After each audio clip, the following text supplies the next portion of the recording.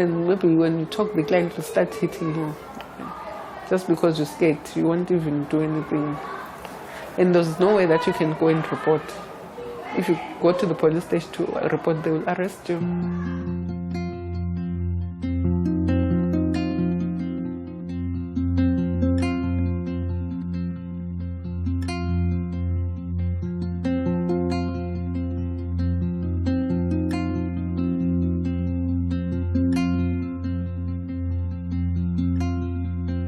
If you had to ask me what is the one thing that keeps me up at night, it's those two things: diseases and someone finding out.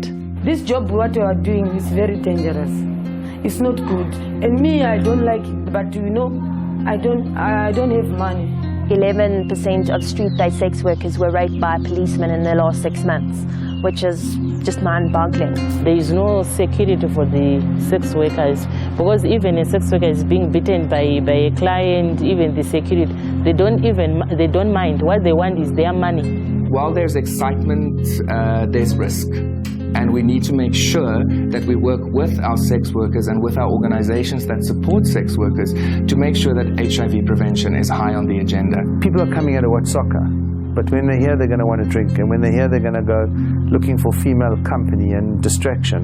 Most girls are now starting to join sex work, and even younger girls. What is actual work? And what do people do? Because we have severe unemployment in this country. So instead of actually criticizing it, why not rather teach people, if this is what you're going to do it safely. Here, people here in South Africa, they don't care about AIDS, you understand?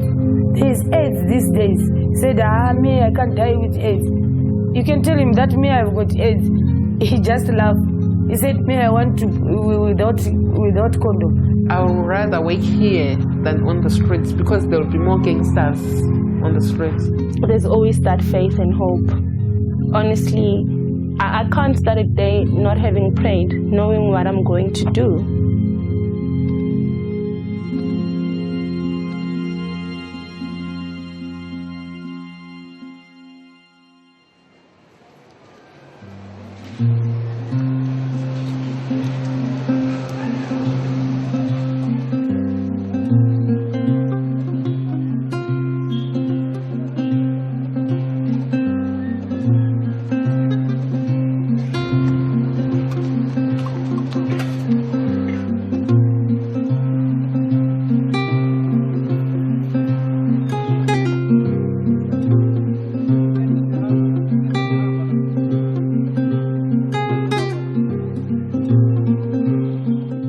My father is a South African, he's from Eastern Cape, and my mother is a Zimbabwean.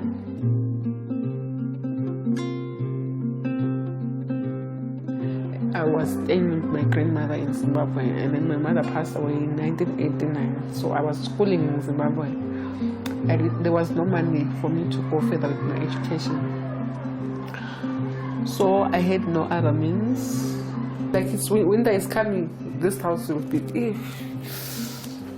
it will be very cold. When it's cold, I put on the heater. I switch on the heater, I warm myself, go inside the blanket, I warm myself again, drink tea, I warm myself again. I do everything that makes me warm. If there's my client who's feeling cold, I warm him. This is my first daughter, Anthea. She's doing grade 7. This is my second daughter, Molly. It's this one. She was graduating last year in December. And this is my last born, this one. Okay. He's a colored. Yeah. I'm 31 years.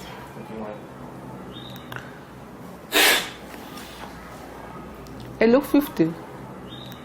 I'm a sex worker. I've been a sex worker since 1994. I started this job when I was around 18, 14 there. I was abused there in Zimbabwe. So I ran away. When I came back here, home, I didn't have a place to stay, shelter. I didn't have food. I had no one because my father's family, like when my father passed away, his family started fighting. You know this thing, when he passed away, his family took everything from my mother. So there was no way that I was going to look for my father's family. And my mother's family is in Zimbabwe. And they were fighting over something else. So I had to run away from Zimbabwe and come home again. When I came here, I didn't have a place to stay.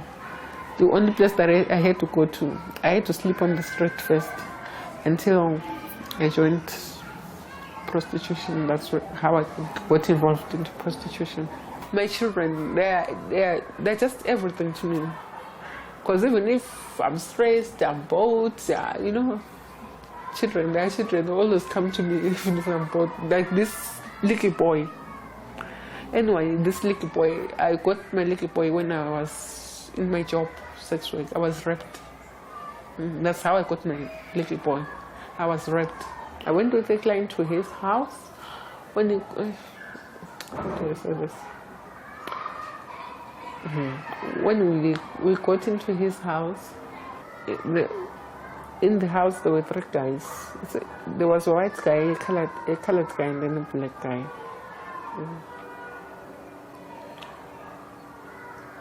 So when those guys raped me, because I went with the white man. I didn't go with this colored one or the black one. The black one is the one who took me home. And the colored one raped me and they stabbed me. I was stabbed on my thigh. And they hit me with something, sharp object on my head, because that guy say I'm very rude and stubborn. They wanted me to use drugs, to sniff with cocaine, to use it. So I refused, say I'm very rude and stubborn. So that guy was hitting me. I refused. Then called the other one. They were sleeping with me.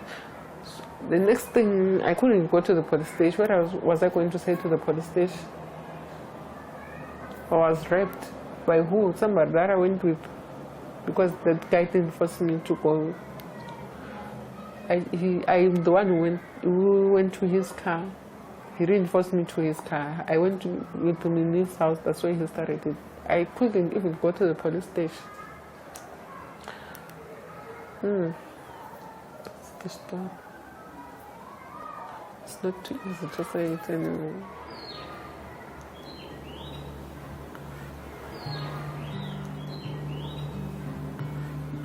Some sex workers say that they landed up being sex workers because of their circumstances. They had no other choice. They didn't see any other choice in their lives. I'll use an example of a Zimbabwean woman who came to South Africa to find more opportunities, landed up having to stay at Park Station, which is a railway and bus station, for a couple of nights, and another woman introduced her to the potential that sex work might have for her to make some money. My name is Salini. I'm from Zimbabwe. I came here, first time I came here in South Africa, 2006. My firstborn, she's 18 years. The second born is 13 years. I used to come with lotions to selling here. I get it in Zambia. So the Metro Police, they used to chasing us. So one day I fell down. Then I said, what can I do? They take all my goods. And I start this sex worker. There's someone, my friend, showed me here. So I came here, I stay here about 3 months. At the 4th month, I start this work. It was a New Year's Eve. We were in the bar. There's a man who take me. A nice guy, handsome one. Said, I like you, dread lady, let's go, what. I come with him here. He said, give me my money. He said, I will give you. He started to fuck me. I saw him starting to put off the condom. Me, I said, why you want to put me without a condom? He said, me, I'm not going to pay you. Like, no problem. Let's go, but me, I'll go and tell what the security. Me, I take the keys. I wearing my short. I start to walk to go to the door. He just come and grab me like this. He didn't hit me, that man. He was just touching my eyes, like he was want to take it off my eyes. It was attempted murder. Just because I got tears of blood, you understand? And now I've got a problem with my eyes. I think in the public consciousness, mostly sex work is equated with fear. Fear with HIV transmission, fear about loose morals, and I think this has become more concentrated during the World Cup period with the concentration on South Africa and especially the media concentration on it. People have grappled more with the issue of sex work, which I think is a very important aspect, but they've not necessarily looked at sex work from a human rights perspective. And I think this is what we're trying to inject into the public discourse, is thinking about sex work as a type of work in which all the normal human rights need to apply. I'm not a prostitute, I work, but I'm speaking on their behalf. They're also human beings, they also need the money. I don't want them on the street or whatever. Children wake up, they should get arrested, that's all. Simple as that. I think prostitution is not something which is bad, because it's also how people make a living in their life. See? So for what it's worth, let it be. I think it's the worst thing that can happen to the country because of the diseases that are going around all over, and I think it's very bad for our children. 3/4 of the sex workers, they are mothers. 3/4 of them, they are mothers. They've got kids at home to support. That's why they stick to this job. If they didn't get any job, they stick to this job because their family wants to feed. And some, they're breadwinners. My daughter yesterday, she came here. She was taking grocery. She looked there. Outside there's a poster for stripping show. Said stripping show? What is stripping show for? Then I talked to my sister. She was called my sister. I said, here. Some people they do strip show. Some people they what? I was shy. You know, I was shy. I was very shy to know that I'm staying here. Well, I would say we have quite a diversity of different types of people that come in here. You would have locals that live around in the surrounding areas, be flats and stuff like that, the houses around here. Then we also have people that travel from quite far from the townships, as far as Vereniging. Some of them come from Mpumalanga to come and spend the weekend here. And don't forget, we don't only book rooms to girls. We also have a few students that live here, that pay their rent. And we also have people that just come through and pass through on a daily basis, on a weekend basis, you know.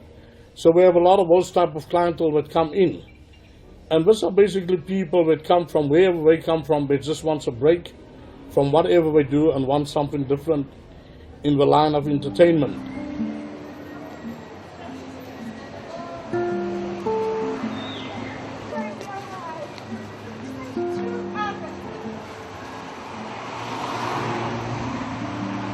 In South Africa, one of the things that's really, really concerning is the lack of actual research on sex work. We know very, very little about exactly how many sex workers there are out there. And this makes it very difficult for us to program proper interventions or targeted interventions to reduce risk and harm to sex workers in this country. So what we want to do is to improve the research agenda, especially during the World Cup. We want to make sure that we know what kind of activities they're engaging in, the risk of these activities, to what level do they increase the risk for sex workers, has the demand increased significantly during the World Cup. This is kind of the research that we want to do for the World Cup specifically, but also beyond that. Exactly how many sex workers do we have in this country? What kind of public health services do we need to implement beyond the World Cup to make sure that we reduce the risk to HIV infection? I've been a motivational speaker. I speak about my status. I discovered that I was HIV positive in 1999. I had TB. So the doctor suggested that I have an HIV test. And I went for a test. The results came out positive. or it's the way I am, the way I take things. We don't take things the same. That's the way I am. I didn't care. I just told myself, maybe it's just like headache, and I didn't care. I'm HIV positive. You want to fuck me, and you are very young. How many children have you got? He said, I've got nothing. Get me, I've got 3 already. So me, if I fuck you without a condom, you are going to die, my friend. They don't believe that. Every day, from Monday to Friday, in the morning, we at the clinic. Sex workers from different brothels, they come here. And services that we provide is we treat sexually transmitted infection. We test for HIV, we counsel, we prick them, we do post-counseling. Those that have a CD4 count of less than 200, we refer them to the nearest VCT site, whereby they're going to start their ARVs. We do pap smears. Those with abnormal pap smear, we refer them to the Johannesburg Hospital, whereby they get help there. We offer family planning services as well. So normally Monday to Friday in the morning up to at least 11, 11:30, they come here on all the brothels. And then from 12:30, we take our backpacks. We have 2 nurses, so we have 2 backpacks. We've got a linen. Some brothels, they don't have curtains. It's just open. There's no privacy. So we use this as a curtain. And then we've got all the STI drugs. Compartment for drugs, compartment for the syringes and the needles, more drugs, gloves, everything that we need, we get in this bag. We use this for shops, but we've got smaller ones that we take to the brothels. All our needles go in there. And then we've got another red biohazard bag whereby we use all the cotton wools with blood, anything with blood, we throw it in there and then we bring it back to the clinic. Beginning of the month, I do a roster like this with all the brothels and the dates. Other days we go to 2 brothels. Other days we go to 1, depending how busy it is. And then on Fridays, we go to the street-based sex workers with a mobile van, whereby we go and we park and they come to the van to get all the services that we offer here at the clinic.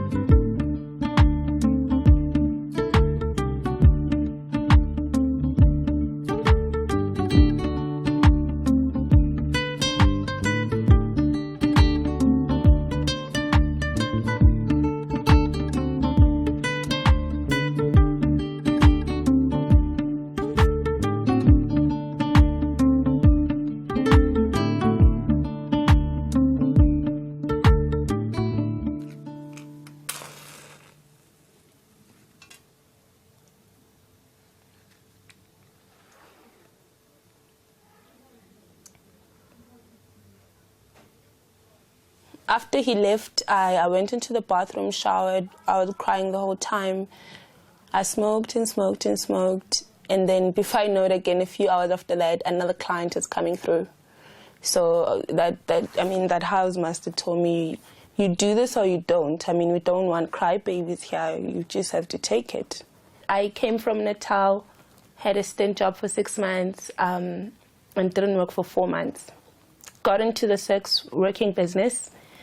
And after 3 months, I had a lot of money that I didn't know. Okay, I would send some home, and mostly furniture for the flat. Since I'm getting a boob job, I'll be paying 36,000, which is almost equivalent to what the house cost me. A bit crazy, but it's for the World Cup. I need boobs for my World Cup. I don't rent out to families because, I mean, people talk. Why is she never here? Things like that. I avoid such things. So my 2 single guys, one is actually a cop. One of my tenants is a cop. They normally come pick him up here, but he doesn't know what I do. He just pays his rent. I get 2 days off, right? I come home, I know I'm going to be with my boyfriend, and I mean, obviously he's going to want to have sex with me. And I don't know, but somehow I think guys know if you've been with someone else before, they sleep with you. And what we basically do, we use brown paper, the one you use to cover books, the stationary brown paper, to use it as a pad. You put it on top of your underwear, wear that the whole day, 12 hours maximum. What it basically does, even when you take it out, it drains whatever, condoms have like that moisty Vaseline-like thing. You can see it on the brown paper when you're done using it. It just cleans you. It cleans whatever is there. And then we use, most of us use Joko tea. We boil it to bath that area, your private area. So when you bath with it around that area, it kind of shrinks your vagina. And then that's when you can go home. Your boyfriend won't even tell you've been having sex all day, all night, wherever you are. Initially, my boyfriend and I were using protection. We got tested together, and now we're not. I am on contraceptives. I'm on the loop, actually. I know it's only him that I'm not using protection with, but I know I am putting him at risk with, the kind of work that I do, although I'm using protection. So it's selfish in that regard. It's not nice. I am very ashamed of it. It's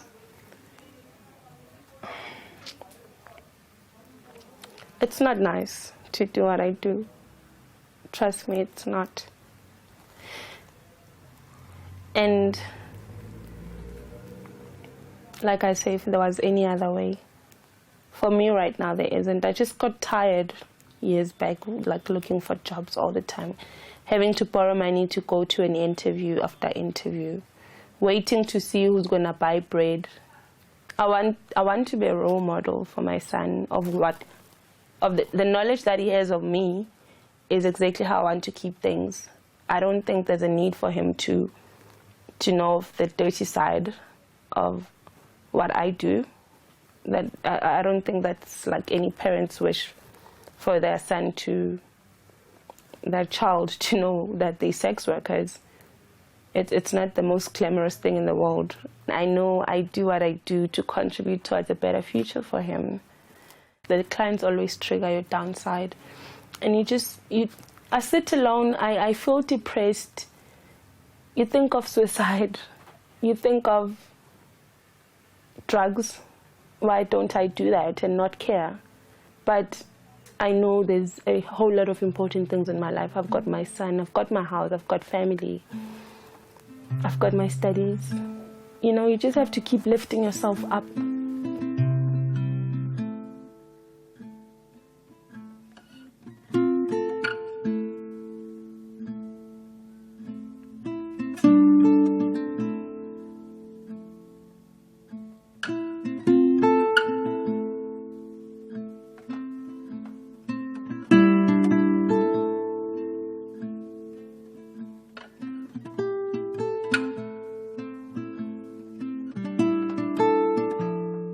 Everyone has known that the World Cup is coming closer. There was ample and very important opportunities for the law reform process to go forward, which is what happened in Germany.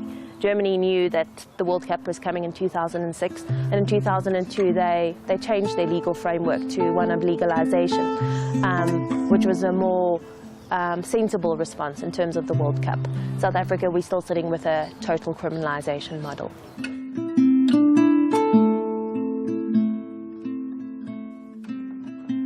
We are fighting hard for this sex work to be accepted as a work, so that even a police abuses you, the law will know how to charge that policeman. The World Cup, we were supposed to get money, but the policemen, they are going to harassing us. Some of the ladies in the road, they go in the street. You understand? They go in the street. The policemen, they want money for them. If they don't have money, they want to fuck them again. If you see, If you don't give them money, they said, give me your pussy in the street. Some of the ladies, they said, oh, in the street you are too much. Decriminalisation is still the way to go because it means that women have more choices. If they choose sex work, they can do so with safety. If they choose sex work, they can do so in a way that is fully empowered and not in a way that they are vulnerable to violence, that they are forced into working in certain areas that are unsafe, where criminals are. Legalize some parts of a town and say, look here, you can do this under certain rules and regulations, and I think that brutality and abuse from police will totally stop. I think there's a very mixed attitude. There are some people in government who I think would see any moves to decriminalise sex work as being a kind of legalisation of the exploitation of women. And I think there are those who just see it as such a hot potato politically that they would prefer not to have to make a decision. Countries around the world that have either decriminalized or legislated sex work or removed negative legislation around sex work, you do see an improvement in the lives of sex workers. I think if we can just see sex work as work, take off all the other hats, the religious hat, it's a job and somebody's doing this job. So why should she be demeaned? A client would take you and expect you to do the most inhuman things just because you're a prostitute. You do feel belittled, you know. I'm not trying to glorify what we do, but we are human at the end of the day.